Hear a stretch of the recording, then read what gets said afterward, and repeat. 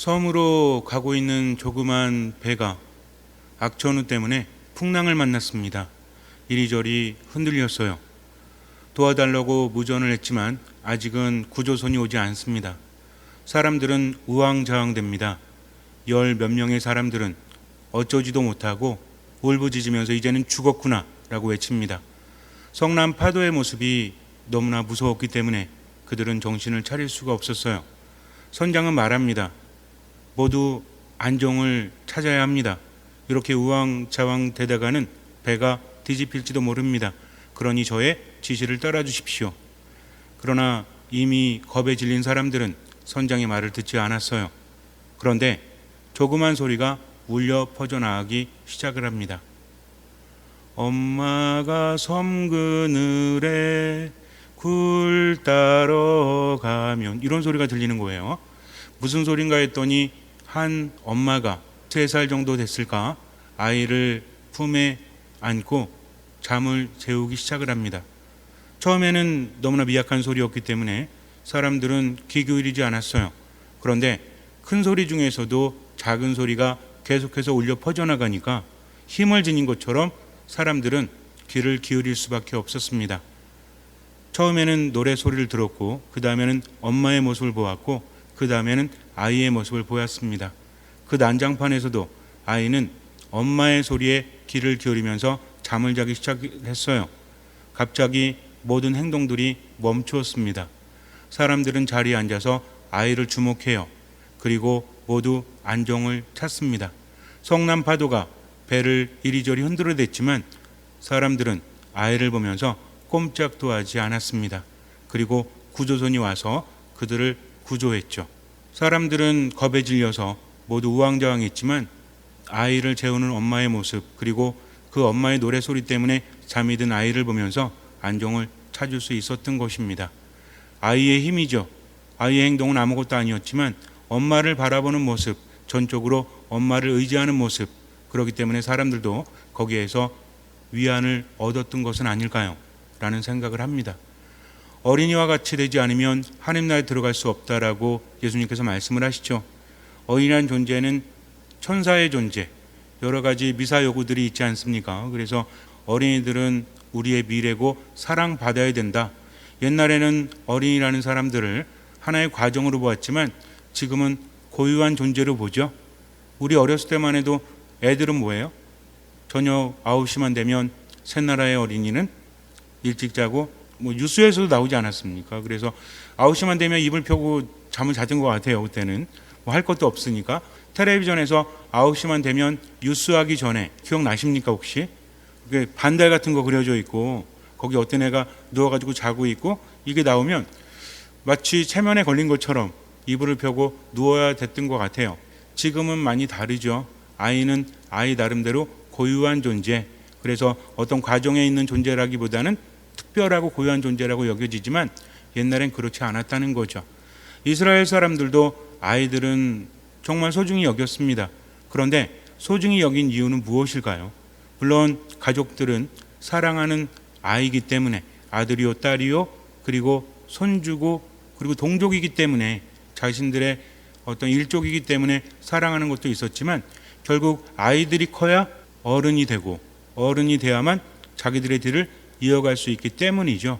그래서 무엇보다도 자손이 많은 것이 하느님의 은총이었습니다. 하지만 그럼에도 불구하고 아이들은 그냥 어느 과정에 있는 미약한 존재, 아직은 완성되지 않은 존재였죠. 그래서 아이들은 보통 귀여움을 받고 사랑을 받고 보살핌을 받지만 아직은 완전한 인간이 아닌 미완성된 존재, 그래서 귀머거리들, 백치들과 함께 알아듣지 못하는 존재, 이렇게 여겨졌다는 것을 우리는 알아야 돼요.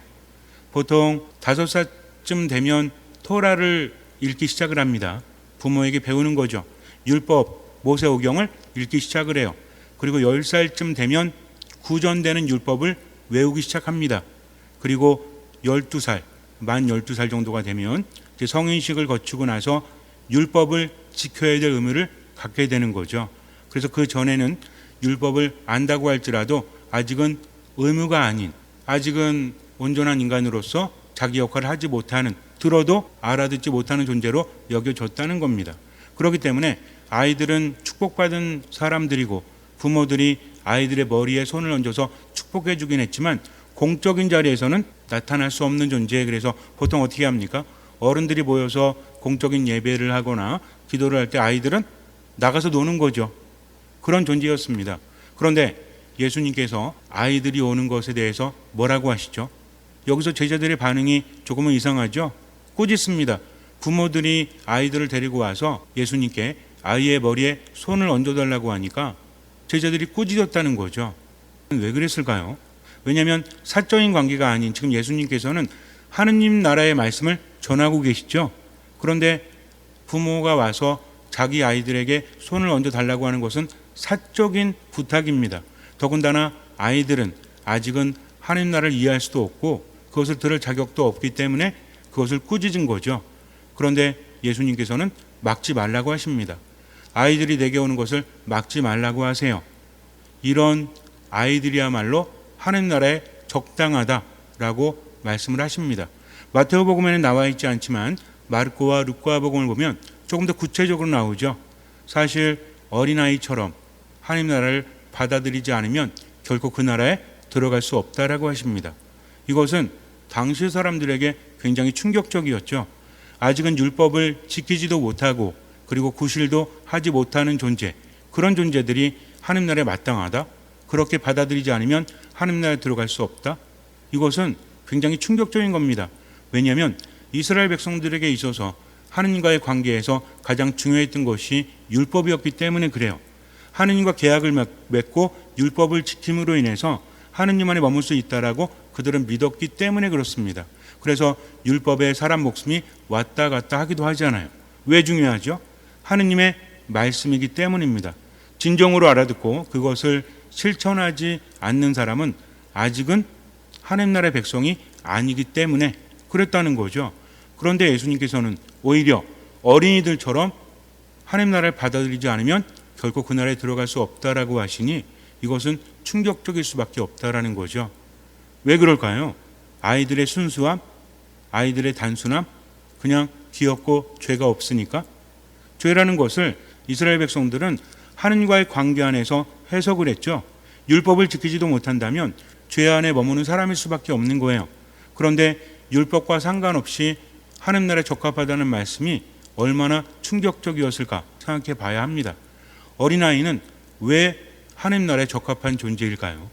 제가 옛날은 아니고 한 19년 정도 된 것 같아요. 그때 어떤 본당에 보좌 신부로 있었는데 어떤 자매님이 예비자 교리를 받으면서 아이를 맡길 데가 없었어요. 보통은 봉사자들이 아이를 맡아주는데 그날은 봉사자가 좀 늦게 오는 바람에 엄마가 들어가지도 못하고 발을 동동 구르고 있습니다. 제가 미사를 끝내고 이렇게 나왔는데 그러고 있는 거예요. 그래서 자매님 왜 그러십니까? 그랬더니 우리 아이를 봐줄 사람이 오지 않아가지고 지금 좀 곤란합니다라고 말해요. 그래서 제가 이야기했습니다. 제가 데리고 있을게요. 그러니까 들어가십시오. 그리고 등나무 밑에서 아이하고 앉아가지고 놀아주려고 했는데 저는 아이는 무조건 귀엽고 그냥 놀아주면 좋아할 줄 알았어요. 근데 경계를 합니다. 왜? 처음 보는 사람이니까. 나는 신부님이야 라고 말해도 아이는 신부님이 뭔지 모르죠. 걔도 한 3살, 4살? 근데 아이가 계속 두리번거리면서 엄마를 찾는 거예요. 제가 이야기했죠. 엄마 조금 있으면 오실 거야. 신부님이랑 놀다 보면 엄마가 오실 거야. 근데 엄마가 아이에게 사탕 2개, 막대 사탕 같은 거, 요걸 주고 갔습니다. 아이가 하나를 먹고 하나를 손에 쥐고 있는 거예요. 그걸 보니까 먹고 싶어서가 아니라 아이가 먹고 있으니까 괜히 장난기가 발동해서 신부님도 먹고 싶은데 하면서 쳐다봤어요. 그랬더니 제 눈을 피하더라고요. 쳐다보지도 않습니다. 보통 어른 같으면 안 됩니다라고 의사표현을 했을 텐데 아이니까 쳐다보지 않는 걸로 대신하는 거죠. 저는 끊임없이 요구했어요. 신부님도 먹고 싶은데 저쪽으로 가서 쳐다봤더니 이쪽을 봐요. 이쪽으로 가서 쳐다봤더니 또 저쪽을 봅니다. 결국 얻어먹지 못했어요. 그리고 그 다음 주에 아이가 또 있더라고요. 그날은 봉사자가 있었지만 다가갔습니다. 그날도 역시 아이는 2손에 막대 사탕을 들고 있었어요. 하나를 먹습니다. 옆에서 이야기했죠. 2개인데 다 먹을 거야? 욕심쟁이구나. 신부님 배가 고파서 사탕이 먹고 싶은데. 근데 아이가 눈빛이 살짝 흔들리는 거예요. 지난주하고는 다르게. 지난주에는 매몰차게 외면했지만 그날은 조금은 눈빛이 흔들렸습니다. 그래도 얻어먹지 못했어요. 그 다음 주가 되었습니다. 작심을 했죠. 3번 찍어서 안 넘어가면 4번 찍으면 되지 라는 생각을 했습니다. 괜한데 저도 목숨을 건 거죠. 어쨌든 그래서 가서 시모님도 먹고 싶은데 그랬더니 유난히 더 흔들려요. 그러더니 갑자기 자기가 먹던 걸 내밀더라고요. 그래서 야 그건 먹던 거잖아. 옆에 있는 거 저 새 거 주면 안 돼. 그랬더니 한참을 생각하더니 주는 거예요. 그리고 막 웁니다. 그래서 아니야 미안해 안 뺏어 먹게. 그랬더니 멈추고 또 저에게 내밀더라고요. 그래서 이제 까가지고 먹었죠. 계속 쳐다봅니다. 그리고 나서 생각을 했어요. 되게 미안해지는 거예요. 아이는 외면하지 않았잖아요. 그래서 어떻게 하면 좋을까 하다가 이제 그 뭐 상표를 말할 수 없지만 똑같은 사탕을 한 통을 사가지고 그 다음 주 기다렸습니다. 아이가 오더라고요. 그래서 줬죠. 굉장히 즐거워하고 기뻐하더라고요. 그래서 그 다음부터는 길거리 가다가도 저만 보면 신부님 하면서 막 손을 흔드는 거예요. 얼마나 반가웠는지 몰라요. 그래서 저도 막 손을 흔들면서 아이만 봐도 기쁘고 행복했습니다. 이것이 아이의 힘이 아닐까라는 생각을 해요. 물론 순수함도 있죠. 그러나 아이는 어떤 존재입니까? 아이는요, 눈앞에 있는 것에 최선을 다하는 것 같아요. 그 다음을 생각하지 않습니다. 제가 불쌍해 보였던 거죠. 그러니까 자기가 아끼던 사탕을 내어줄 수 있지 않습니까? 아이에게는 전부였다는 거죠. 어른들은 어떻습니까? 많이 가지고도 자기 것을 내놓으려고 하지 않죠. 근데 아이는 눈앞에 있는 것을 외면하지 않았던 것 같아요. 또 아이는 어떻습니까? 제가 아까 말씀드린 대로 아이는 폭풍 우도 무서워하지 않아요. 엄마만 바라본다는 거죠. 엄마가 자장가를 불러주면 아이는 풍랑 속에서도 잠을 잘 수 있는 것입니다. 풍랑이 무섭지 않아서가 아니라 눈앞에 있는 엄마를 바라보는 거죠. 하느님은 이스라엘 백성들 관계 안에서 무엇을 원하셨습니까? 율법을 철저하게 지키는 것. 율법의 근본 정신이 뭐죠? 하느님을 사랑하고 이웃을 사랑하는 것. 쉐마 이스라엘, 들어라 이스라엘아. 하느님의 말씀을 듣고 그 말씀대로 지금을 살아가는 겁니다. 하느님만 바라보면서 전적으로 의지하고 지금을 살아가는 거죠. 이스라엘 백성들은 이집트를 탈출할 때부터 역사 안에서 하느님의 그 말씀을 잘 받아들이지 못했어요. 아주 단순했습니다. 하느님께서 하신 말씀들, 그분이 하신 행동들을 종합해 보면 뭐죠? 내가 여기 있다. 두려워하지 마라. 내 말을 듣고 나를 따라라. 이것은 신약에서도 마찬가지죠. 예수님 뭐라고 하십니까? 두려워하지 마라. 불안해하지 마라. 누가 있다? 내가 너희와 함께 있다. 나다라고 말씀을 하십니다. 즉 중요한 것은 지금 함께 계신 하느님을 바라보는 거죠. 예수님을 바라보는 겁니다. 주변의 상황이 아무리 안 좋다고 할지라도 신뢰를 둔다면 그 믿음은 기적을 일으키기 때문에 그래요.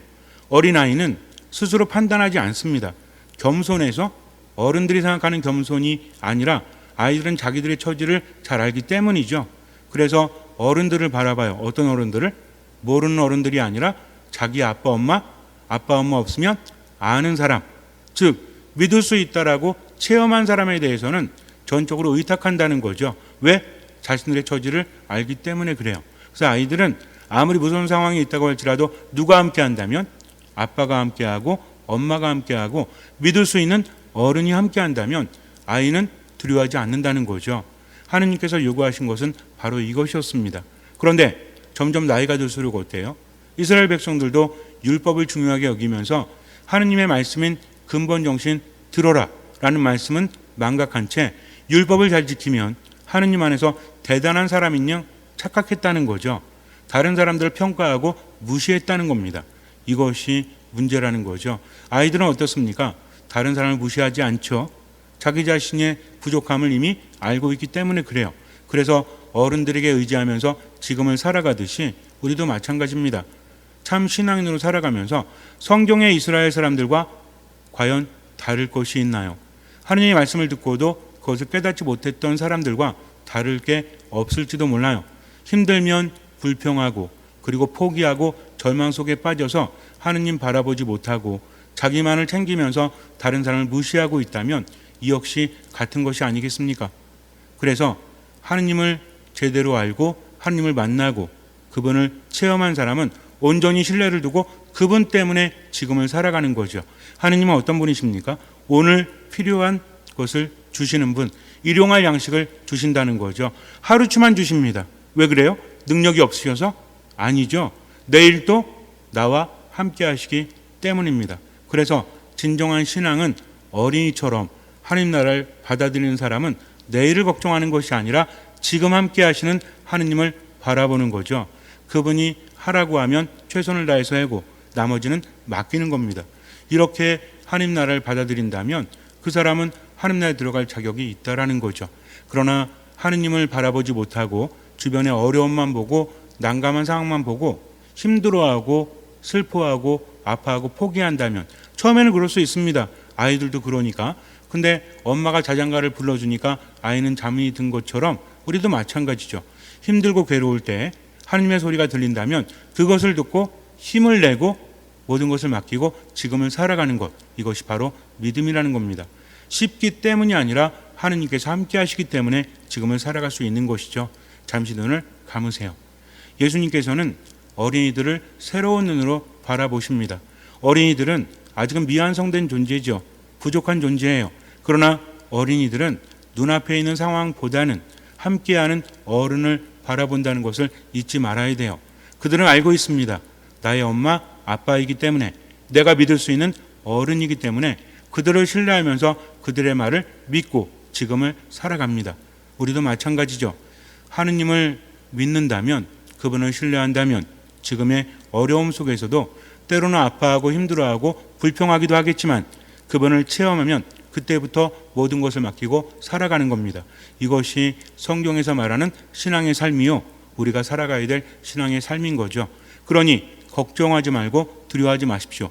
나다 라고 말씀하신 예수님의 말씀을 듣고 모든 것을 맡기고 듣는 마음으로 지금을 살아가세요.